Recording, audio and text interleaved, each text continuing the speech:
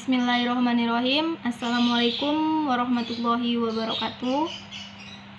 Salam sejahtera untuk kita semua. Selamat pagi kepada Ibu dosen pengampu, yaitu Ibu Nanda Aulia SEMM dan teman-teman MBS kelas F.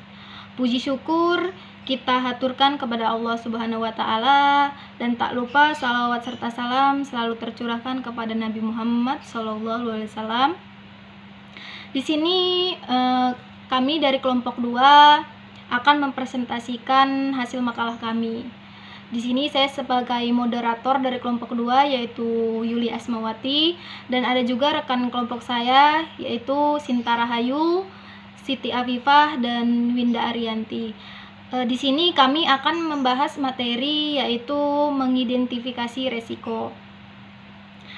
Di sini pemateri pertama yang akan dijelaskan oleh Saudari Sinta Rahayu, dan pemateri kedua yang akan disampaikan oleh Saudari Siti Afifah, dan materi ketiga disampaikan oleh Saudari Winda Arianti, dan yang terakhir akan disampaikan oleh saya sendiri. Baik, langsung saja di sini kami akan menjelaskan materi, dan pemateri pertama dipersilakan yaitu Saudari Sinta Rahayu. Baik, di sini saya Sinta Rahayu sebagai pemateri yang pertama akan menjelaskan materi terkait dengan survei resiko. Jadi, survei resiko atau survei nasional manajemen risiko adalah survei tahunan yang diselenggarakan oleh CRMS Indonesia yang bertujuan untuk mengetahui perkembangan manajemen risiko di Indonesia. Hal ini sebagai yang pertama dan satu-satunya survei manajemen risiko di lingkup nasional. Temuan-temuan dalam laporan ini telah menjadi acuan ribuan profesional di bidang terkait. Adapun tujuan dari survei risiko yaitu yang pertama, memperoleh gambaran mengenai objek risiko dan tingkat risiko, yaitu berdasarkan okupasi, sejarah pembangunan, lokasi, daya tahan konstruksi bangunan, serta pengalaman kerugian. Adapun tujuan yang kedua, yaitu memperoleh informasi untuk underwriting untuk menetapkan luas jaminan dan tarif yang tepat, antara lain melalui konstruksi bangunan, bangunan berdampingan, bangunan berbatasan, bahan-bahan berbahaya api, dan mempunyai risiko tinggi, serta housekeeping atau kebersihan dan tata letak. Adapun tujuan yang ketiga, yaitu memperoleh informasi tentang alat-alat pencegahan dan perlindungan dari bahaya, antara lain seperti jumlah alat pemadam kebakaran, jenis alat pemadam kebakaran, alarm sistem, jumlah petugas pemadam kebakaran yang terlatih, serta penyediaan air pemadam kebakaran. Adapun tujuan yang keempat, yaitu memberikan jasa konsultasi, pencegahan, dan mengurangi kerugian berupa rekomendasi kepada pengelola atau tertanggung, antara lain seperti tata cara penyimpanan barang-barang, letak alat pemadam, penggunaan listrik, atau aspek lain agar risiko menjadi lebih baik. Adapun tujuan yang kelima, yaitu memberikan kesimpulan dan usulan kepada underwriter, seperti perkiraan kesesuaian harga pertanggungan, syarat dan kondisi yang akan diterapkan, serta tarif premi. Baik, itulah materi yang bisa saya sampaikan. Materi selanjutnya akan disampaikan oleh Saudari Afifah. Baik, di sini saya akan melanjutkan materi dari Sinta Rahayu. Di sini ada faktor-faktor yang perlu diperhatikan dalam risiko. Yang pertama yaitu ada tim pemadam kebakaran dan perlengkapan pemadam kebakaran. Yang kedua ada penataan barang dan kebersihan. Yang ketiga ada bahaya lain selain kebakaran. Yang keempat ada keadaan sekitar lokasi. Yang kelima ada catatan dan pendapat superior.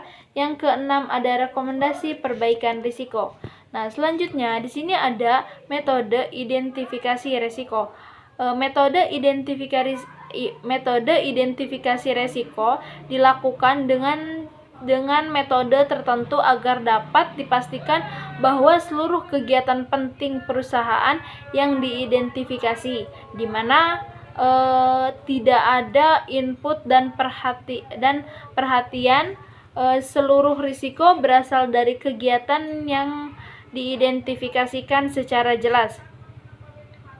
Sebelum melakukan kegiatan risiko, Sebelum melakukan kegiatan identifikasi risiko, perlu ditekankan bahwa masing-masing metode itu saling melengkapi. Nah, selanjutnya ada metode identifikasi risiko yang sering digunakan dalam perusahaan, yaitu sebagai berikut. Yang pertama ada checklist analisis, yang mana checklist analisis merupakan salah satu metode yang tersedia dalam mengidentifikasi risiko yang digunakan dalam perusahaan. Ini merupakan teknik yang digunakan untuk menentukan keakuratan kelengkapan suatu kegiatan proyek. Checklist analisis memaparkan cara menentukan risiko yang terlibat dalam rencana kegiatan maupun objek tertentu yang dilakukan oleh suatu perusahaan.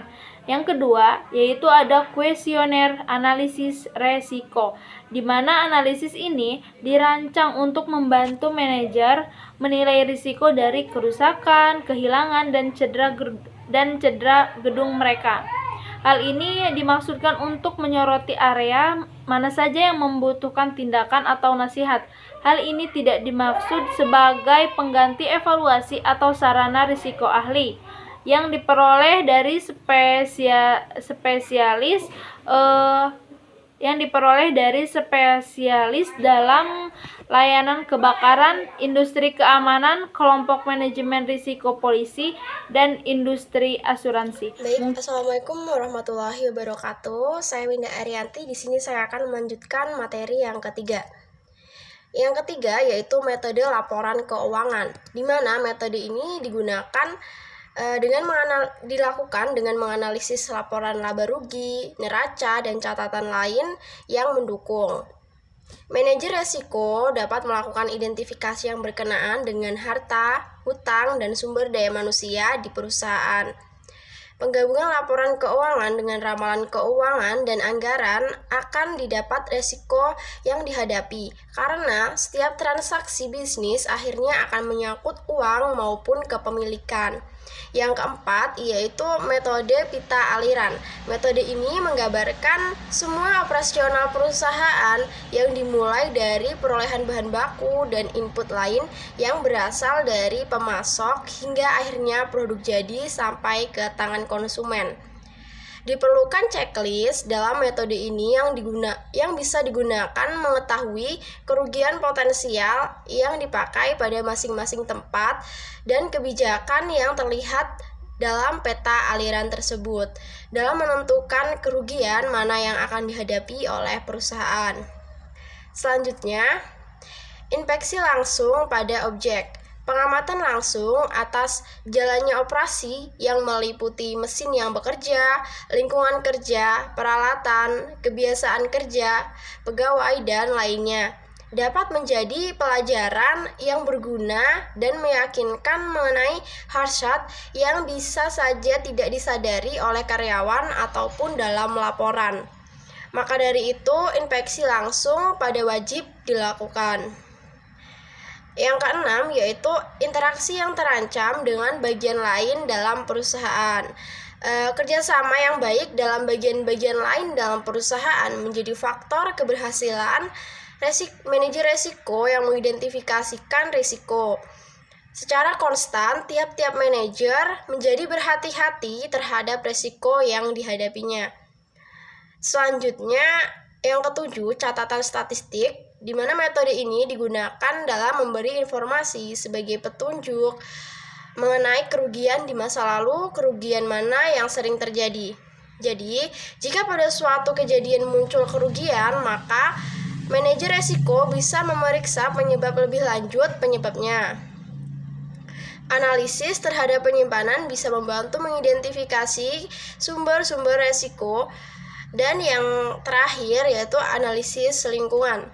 Lingkungan yang saling berkaitan dalam perusahaan adalah pemasok, pelanggan, pesaing, peraturan, hukum, dan ketentuan lainnya. Dalam menganalisis masing-masing komponen, pertimbangan yang penting adalah sifat hubungannya, keanekaragamannya, dan kestabilannya. Contohnya yaitu apakah pendistribusian produk langsung kepada suatu kumpulan pembelian atau secara tidak langsung, yaitu melalui grosir, lalu ke pengecer, dan akhirnya kepada konsumen. Baik, sekian materi dari saya kembalikan ke modulator dan akan dilanjutkan oleh modulator untuk materi yang selanjutnya. Terima kasih. Baiklah, di sini saya akan melanjutkan materi dari Saudari Winda Arianti, yaitu yang C, penggunaan pihak luar dalam mengidentifikasi resiko. Nah, manajemen resiko menggunakan jasa agen asuransi, broker, atau konsultan manajemen resiko untuk melakukan identifikasi resiko yang terperinci. Namun, percaya penuh pada pihak luar mengidentifikasi resiko hanya pada resiko yang nantinya akan ditemukan kelemahan. Banyak dari pihak luar membatasi hanya pada resiko yang diasuransikan saja, walaupun banyak dari agen pada berbagai perusahaan. Kemudian banyak agen asuransi dan broker yang berpenghasilannya bergantung pada komisi yang diberikan oleh perusahaan asuransi. Maka terkadang mereka menolak melakukan survei menyeluruh karena disebabkan oleh waktu dan energi yang terbatas dalam mempersiapkan survei menyeluruh, terutama bagi perusahaan besar. Sangat diperlukan strategi manajemen untuk dapat menentukan metode atau kombinasi metode yang cocok dengan situasi yang dihadapi. Dibutuhkan juga faktor-faktor yang mempengaruhi pemilihan metode itu sendiri, yaitu sifat dari bisnis itu sendiri, seberapa besarnya perusahaan, dan ketersediaan tenaga ahli. Hal penting lainnya juga adalah mengetahui secara mendalam kondisi internal dan eksternal perusahaan. Perlu juga diketahui seberapa besar kekuatan perusahaan tersebut, peluang yang bisa didapat, ancaman dan kelemahannya. Semakin detail informasi yang diketahui, maka akan semakin baik pula identifikasi risiko yang akan dilakukan. Hanya itu saja yang bisa saya sampaikan. Baiklah, dari materi itu kami. Tadi dari kelompok 2 untuk penyampaian materinya. Sebelum saya menutup presentasi pada hari ini, saya akan membacakan kesimpulan dari materi kelompok 2, yaitu resiko merupakan suatu kegiatan yang dihadapi seseorang atau perusahaan di mana terdapat kemungkinan yang merugikan. Oleh karenanya, identifikasi resiko dapat dijabarkan sebagai proses di mana perusahaan secara terus-menerus mengidentifikasi kerugian properti, liability, personal sebuah terjadinya suatu peristiwa yang dapat menimbulkan kerugian atau kerusakan, penyebab langsung terjadinya kerugian. Kegiatan pengidentifikasian adalah hal yang sangat penting bagi seorang manajer, sebab dalam pengidentifikasian risiko akan menghasilkan daftar kerugian potensial yang sangat penting bagi seorang manajer untuk dapat menyusun strategi yang lengkap guna menanggulangi semua kerugian potensial tersebut. Identifikasi dilakukan dengan metode tertentu agar dapat dipastikan bahwa seluruh kegiatan penting perusahaan telah diidentifikasi, di mana tak ada yang luput dari perhatian dan seluruh resiko berasal dari kegiatan yang diidentifikasikan. Baik, itulah tadi kesimpulan dari materi kami. Di sini kami mohon maaf jika banyak terjadinya salah-salah kata. Semoga teman-teman semua bisa dapat memahami materi yang telah kami sampaikan tadi. Akhirul kalam, wabillahi taufiq wal hidayah. Wassalamualaikum warahmatullahi wabarakatuh. Terima kasih.